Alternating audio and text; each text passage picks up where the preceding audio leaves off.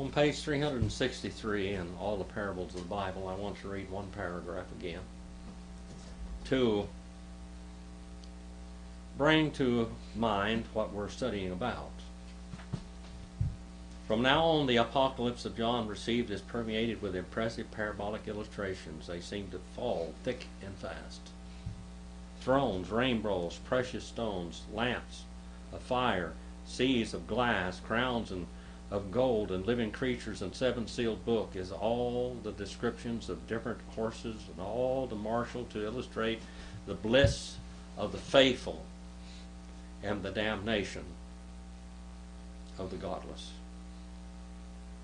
The sorrows and terrors of the godless, as well as Christ's governmental control of all things. All right is his. As the slain lamb to break the seals of judgment upon a guilty, godless world, those unprotected by his sealing must certainly perish. The seventh seal of silence in Revelation, the 8th chapter, indicates a lull before the storm. The silence before the storm. The silence in heaven will be intense as God's terrible judgments burst forth, and the earth under the trumpets and the vials. The earth under the trumpets and the vials. Let's go to Revelation, the 6th chapter. Revelation chapter 6. Now, we don't live in this time, but this time is coming upon this world. We live in the preludes to this edition of history, to this chapter in history. We live in the preface to this here in the church age. This is going to be right here after the rapture. Right here after all hell breaks loose on earth. And I saw when the Lamb broke one of the seven seals, and I heard one of the four living beings saying as with a voice of thunder, "Come." I looked, and behold, a white horse, a Lukos, Hippos, a white horse, and he sat upon it, had a bowl, and a crown was given to him, and he went out conquering to conquer. This is not the white horse in Revelation, the 19th chapter. The second seal and war. The war upon the world. The war has already been declared, people. The war is declared already. And when he broke the second seal, I heard the second living creature saying, "Come." And another red horse went out, and to him sat upon it was granted to take peace from the earth, and that men should slay one another, and a great sword was given to him.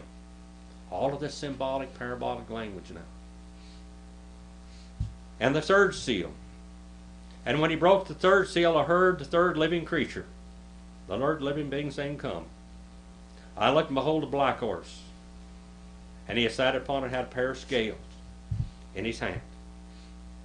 And I heard, as it were, a voice in the center of the four living creatures, saying, "A quart of wheat for a day's wages, and 3 quarts of barley for a day's wages. And do not touch, you're not allowed to touch the oil and the wine." Verse number 7. And when he broke forth the fourth seal, I heard a voice of the four living beings say, "Come." And I looked, and behold, an ashen horse. An ashen horse. A green horse, chloros.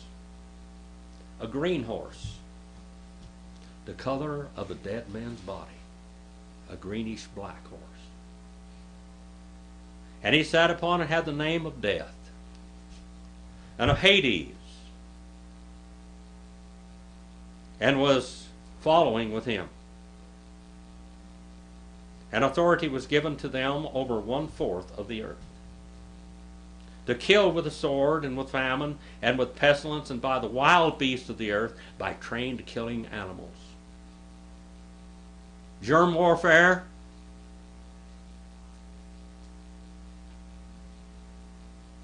All types of warfare. Chemical warfare. This is happening all over the world, all over the Middle East right now, that is.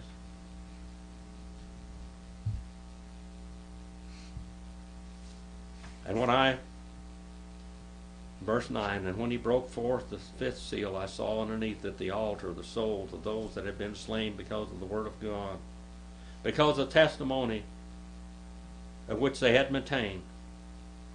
And he cried out with a loud voice and said, How long, O Lord, Holy One, true, will thou refrain from judging and avenging our blood on those who dwell upon the earth? And there was given to them a white robe, and they were told that they should rest for a little while longer, until the number of their fellow servants and their brethren who were to be killed as they had been should be completed also. This is a horrible time. This is a horrible time that's going to come upon the earth. We have a war that's already been declared upon us by the participants of this book. It's already been declared. Right now it's subtle. We are as the allies in America and the churches of the Lord Jesus Christ throughout the world. As in World War I, did not choose to be participants in that war, but we had to protect a free society and democracy in the world. We had to. We had a tyranny breaking loose upon the earth at that time. The tyranny that we're going to talk about today was already there. Had already been broken forth upon the earth for 1,000 years. 1,300 years, actually. We as allies in World War II did not choose to meet in combat with the Nazi devil, trying to devour the world, or the Empire of Japan that attacked us and declared war upon us. Japan attacked us in Pearl Harbor. The very next day, Hitler and Mussolini declared war on us. We were in a war that we did not choose. We are in a war today that's been declared upon us as a nation, as a people, as individuals, wherever a Christian goes in the world, this war, you're going to face this war today.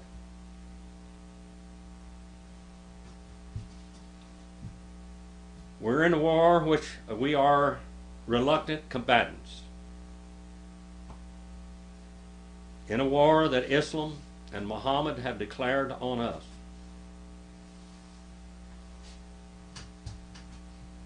We have a book in the world that's called the Holy Quran. The Sunnahs and the Hadiths that were written by a man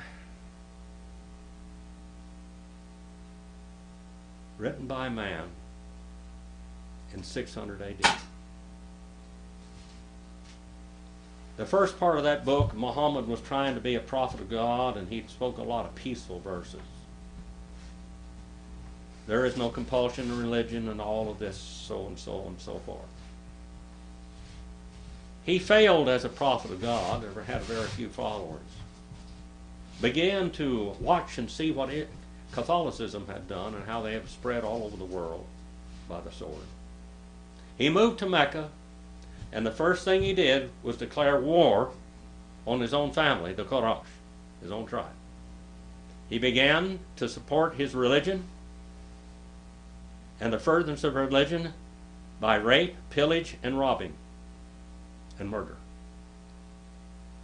on his own family. They finally came after him, and he had quite a few wars with them. As he became stronger and stronger with booty and kidnapping ransom. He finally went in after several years and had made a treaty with the Meccans, and he took over and displaced all of those people.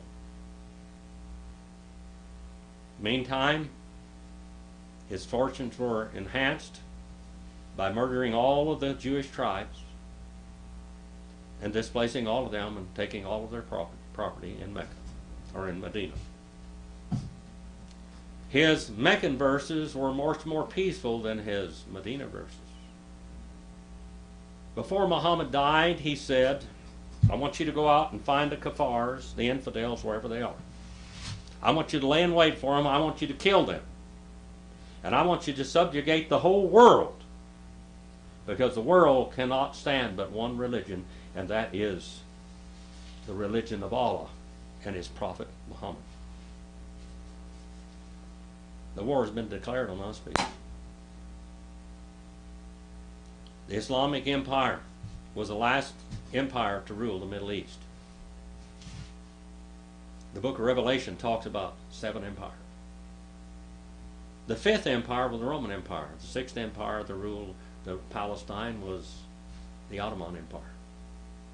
The Ottoman Empire dissolved in the 1920s, but it has been on the rise ever since.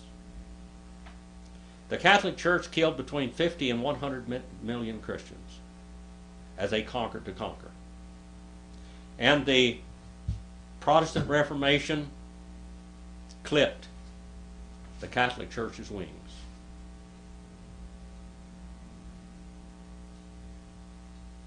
They are not as deadly in the world today as they were in 15 and 1600 AD. But Islam is more deadly today than it ever was in the history of mankind. After Muhammad conquered his own people, the first thing he did was to go out and began to conquer Christians. He fought his way, or Islam fought its way all the way into Europe. For 300 years they ruled in Europe. They were pushed back and forth. Christendom fought against Islam. And God's got a plan. God's got a plan, and he unfolds that plan beginning in the 6th chapter of Revelation.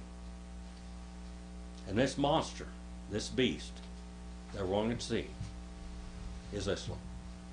As far as I can tell, it is Islam that's going to be the power to be. It's going to be the Babylon the Great. Babylon's really Babylon. They're right over there in the Middle East. Not New York City. Not Rome. It's Babylon. And the tenants of Babylon. Now, Neville Chamberlain, at the beginning of World War II, kept trying to appease and make peace with that monster Hitler. Now, I want to give you a little political science here. Russia was on the rise. Russia and Germany were going together for a while. Russia was going to conquer the world with communism. Germany was going to take over the world with capitalism.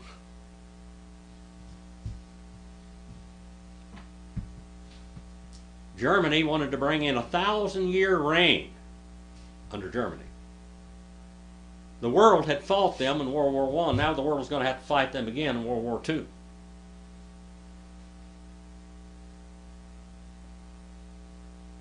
Winston Churchill kept telling them right after World War I what was going to happen in the future. He knew that Russia was really not his ally, that he couldn't depend upon them. He said one time that Russia was like a crocodile. You couldn't tell whether it was smiling with its mouth open or it was going to eat you. He made a reluctant ally with them. Franklin Roosevelt stood back and stood back.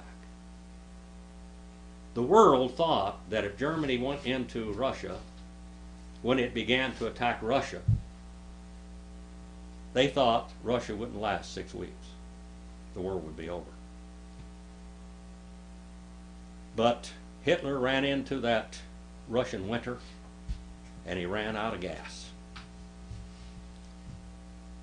Petrol. Fuel. Almost every nation in Europe had volunteers from all of these nations into Hitler's army because they were afraid of Russia and communism. Latvia was the last forces. They were from Holland, everywhere. They had Spain, the Netherlands, Finland. All of these nations had given volunteers. People had volunteered from those nations into Hitler's SS troop, his SS Waffen, his Foreign Legion, because they knew that they were going to have to fight Russia. Russia was there. Russia wasn't going to stop. Neville Chamberlain kept on trying to appease Hitler. The only way Hitler would have ever been appeased if that swastika would have been over Windsor Castle and over the Parliament of Great Britain. Winston Churchill kept telling them over and over again. When Neville Chamberlain stepped down Lord Halifax, they tried to wrangle and become Prime Minister. When the King of England first appointed Winston Churchill as Prime Minister, he didn't have any faith in him at all, but that's what the people wanted. So appointed him. And every meeting was like pulling teeth. He was afraid of him, afraid of what he's going to do. His first speech he made, he declared war on Germany, full force. That they would fight him in land and air, in the streets, in the seas, wherever needed to be. But only one thing, only one hope would be victory. Victory. Victory are the dark ages. People in the world today, we have a religion that's bringing the dark ages upon the world. Every civilized nation in the world has abandoned slavery except for Islam. Islam is a nation. It's not a religion. It is a nation. It is a political force with a religion. And they believe in slavery. They believe in enslavement. They believe in booty. That's how they have supported that system for 1,400 years. And war has been declared upon us as nations, wherever we are, wherever this word is, these words are gone. That horse in Revelation, I believe that to be Islam.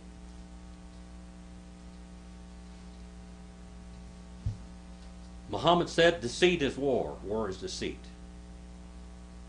In World War II,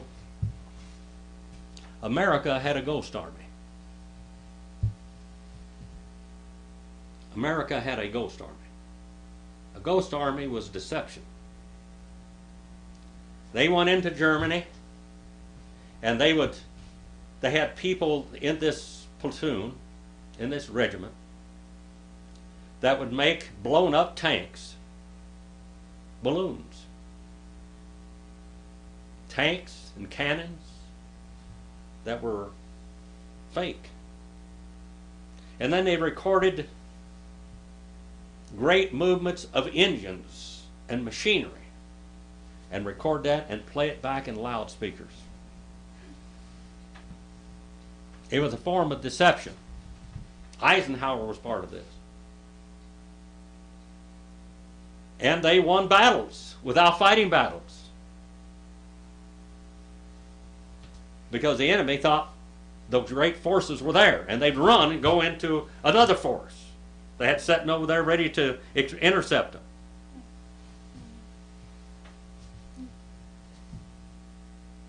Great Britain, under Prime Minister Winston Churchill, decoded the German codes. They got information that said that they were going to bomb certain cities, and they had to sit there like they didn't know it and let those cities be bombed. Sacrifice. Sacrifice.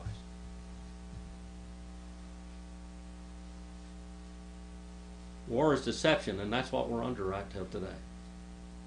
Islam is not a piece of religion. Islam means surrender. I believe that religion ought to be reciprocal. Islam come in here, we take all these immigrants in here in America, and by the way, Islam has a fifth column. They're called settlers. I've known people that were settlers that came in to establish mosques in certain area and declare that as holy ground, and then take over politically, religiously, take over. And then we have no-go zones. Ask France and Great Britain what's happened there. Ask Holland, Denmark, the grandson of de Gaulle. We see all of these atrocities under the name of a religion, a peaceful religion. When they said they flushed the Quran down the toilet, which didn't happen, they killed people and burned churches all over. When they had that cartoon about Muhammad, they had riots all over the world. When they burned Qurans, supposedly, they killed people. You can go out and you can take 1,000 Bibles and set them on fire and have a bonfire. And no Christian's going to come and cut your throat over that. I have a lot of Qurans. I don't burn them. I read them. The best way to know a religion is read the book that supports that religion. You read that book, you realize it's not a peaceful book. You read the Hadiths and the Sunnahs, you read the Traveler's Guide. You're going to find out something. That we're in a war. We're in a war. We're in a war that we did not declare. Now, Neville Chamberlain just kept on denying that Hitler was as bad as he was.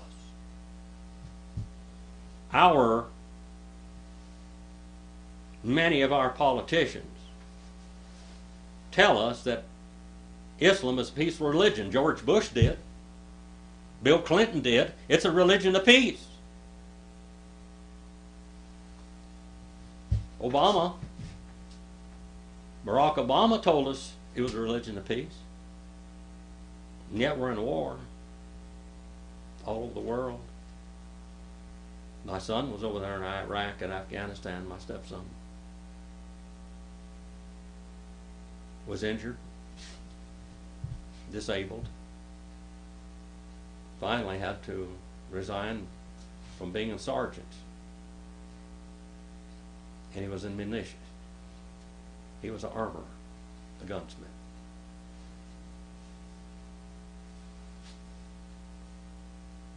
We have to realize we're in a war and deal with things as such.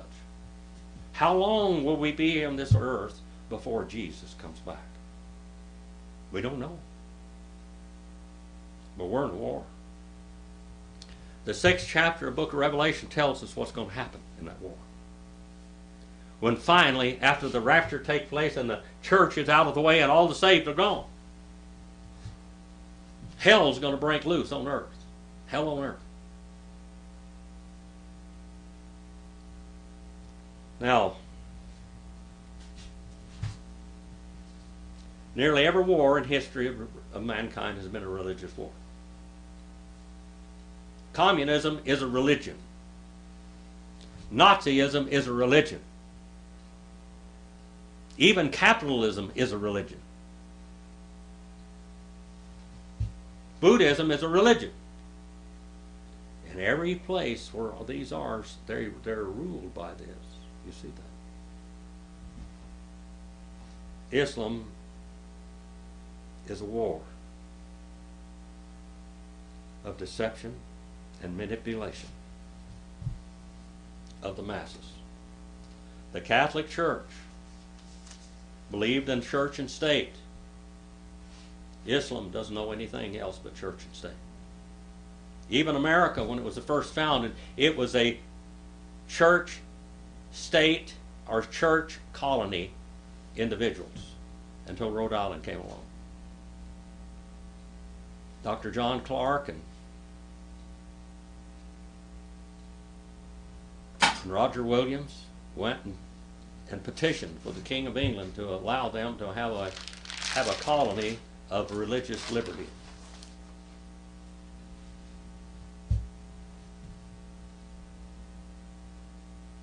It worked. After the United States was founded, they finally come up with a Bill of Rights which gave us the freedom of religion, which turned the cults loose on America.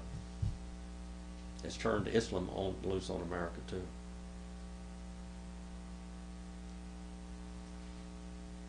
Personally, I do not believe that any nation in this world will not allow Christianity there openly. When they come to this country, they should not be allowed to do that either.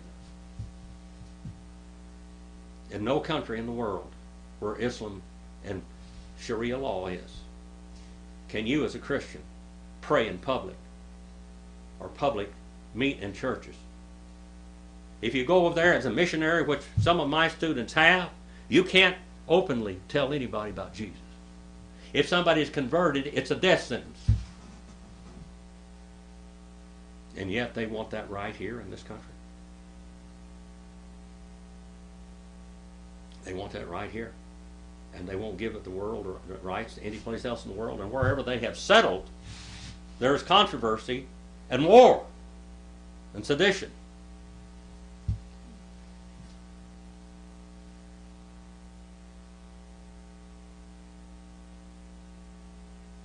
Islam, wherever they are, they claim to be victims of Western civilization.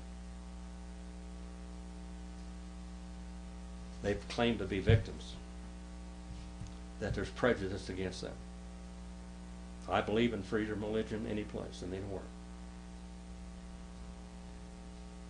But I believe that a nation with a constitution, that you ought to abide by that constitution or you ought to go away.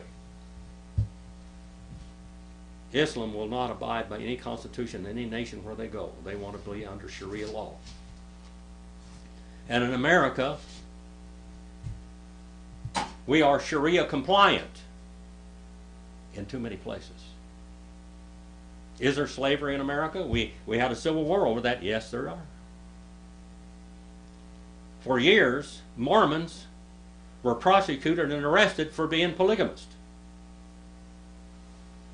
But under Sharia law, every Muslim man has a right to have 4 legal Muslim wives and all the concubines, all the sex slaves that he can support or afford.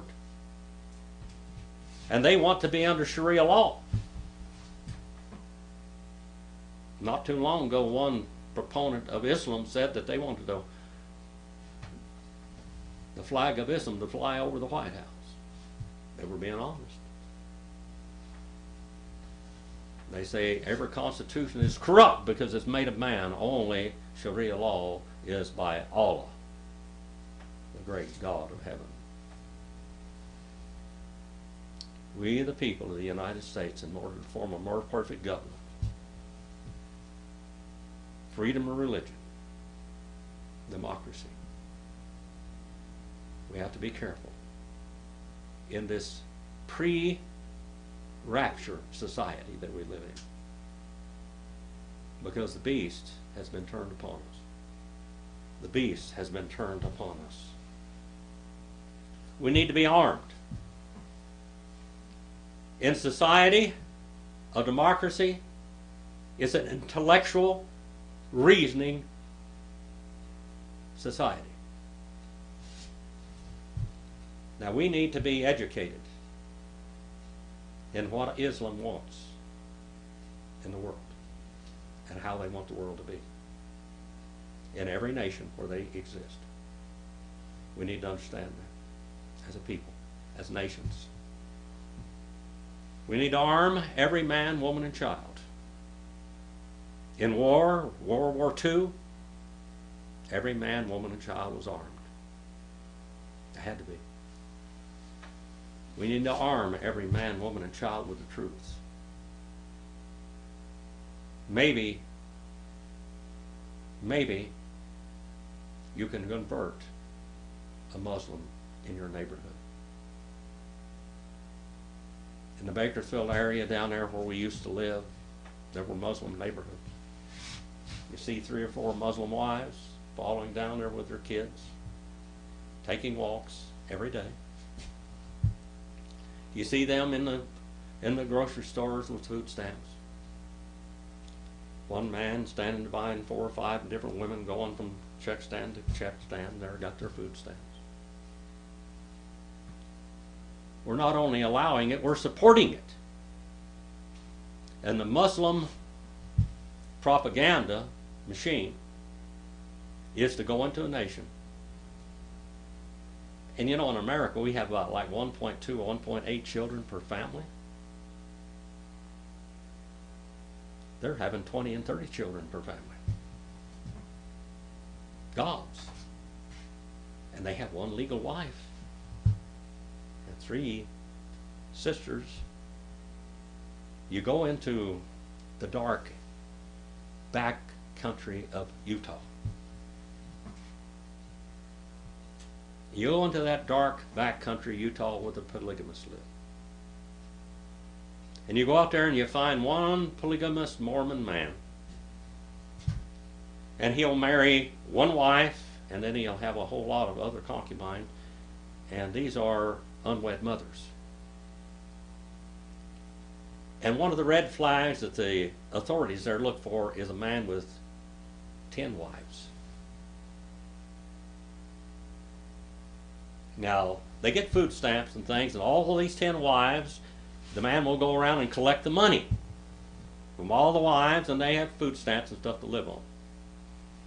And I had a friend that lives over there among them, and he said, every one of these things, you'll have a mobile home, and you'll have 5 acres or 10 acres here, and a bunch of mobile homes around with trampolines around there. Keep the kids busy. That man is having as many children as he can have because that's more paycheck. That's wrong, and so is this wrong. Because society supports the leeches of society. It has been said that Islam doesn't have a work ethic wherever they go. They've lived off of plunder or off the state. We need to be aware of these things. We need to be aware of the war that's been declared upon us. This is previews of coming attractions, people. When that church and those saved people are taken out of the way, hell is going to be breaking loose on this earth. And that monster is going to come out with teeth. Teeth. As we did in Revelation, the 6th chapter. Islam has an eschatology. They supposedly have 10 signs in Islamic eschatology. And they say the sun is going to rise in the west. There's going to be great smoke. And there's going to be a Dajjal, a false Messiah come forth. And they say out of Syria will come forth the Mahdi, a descendant of Muhammad through one of his daughters, Fatima. And he will be the reincarnation of Muhammad himself. He will be a reluctant prophet and a reluctant ruler, and he'll be 40 years old when he begins to rule. And people will swear allegiance to him. And then out of Arabia will come forth a beast. this beast will appear. He's going to have the staff of Moses and the seal of Solomon. And he's going to go out and mark all of the unbelievers, and then he's going to mark the believers of Islam with the mark of the beast. Those that believe in Muhammad, there is no God but Allah. He has no companion. And Muhammad is his apostle or messenger.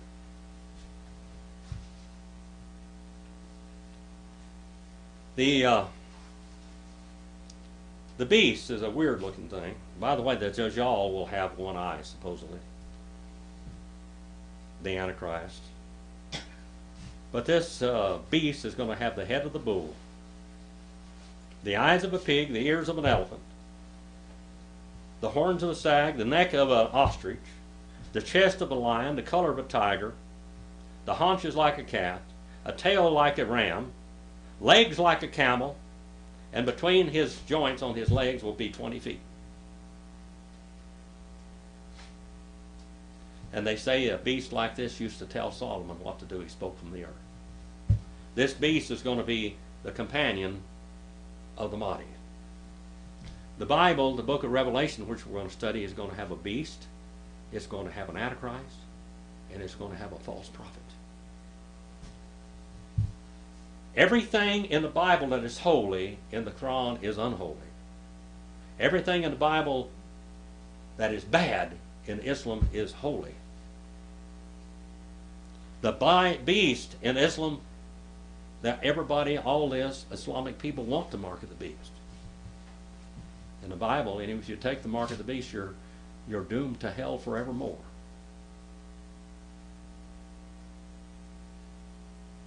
There is a false prophet in Islam. It's called Isa. That's Jesus. The Mahdi will go out, and the first thing they're going to do is make a covenant with Israel. The Mahdi is going to reign for 7 years. The Bible said the Antichrist will reign for 7 years. And he will make a covenant with the Jews, and they will build a temple in Jerusalem for the Jews. The Islamic eschatology says something's going to happen in Arabia. They're going to take, from Mecca, they're going to take the Kaaba stone, which they worship really, the right hand of Allah. They're going to bring it and put it in the temple in Jerusalem. And after 3.5 years of that covenant, the Antichrist will stand in the temple in Jerusalem and swear that he is God, the incarnation of God.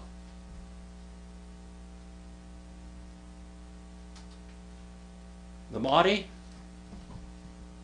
will declare himself to be the descendant of Muhammad. And Muhammad borrowed all of the divine titles of Jesus.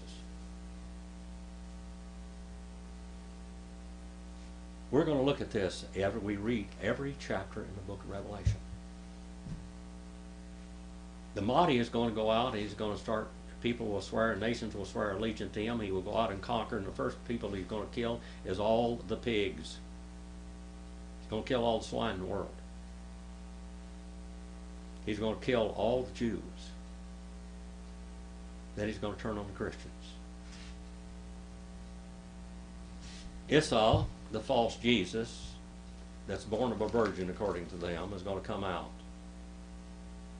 And he's going to swear allegiance with the Mahdi and the beast. And they're going to bring in Islam. They're going to bring peace to the world. Peace means surrender. They're going to try to subjugate the whole world under Islam. The next message is coming attractions. Our Heavenly Father will send this message out tonight. Father, I pray that you help people to arm themselves with your truths and with your word and what they know, that they'll be able to protect themselves and their societies and their towns and their states from this attack, from this war. Help us to stand for you. Help us to glorify you with all the things we do. Help us to try to be missionaries wherever we go. Forgive us where we fail you. Forgive me where I fail you. In Jesus' name I pray.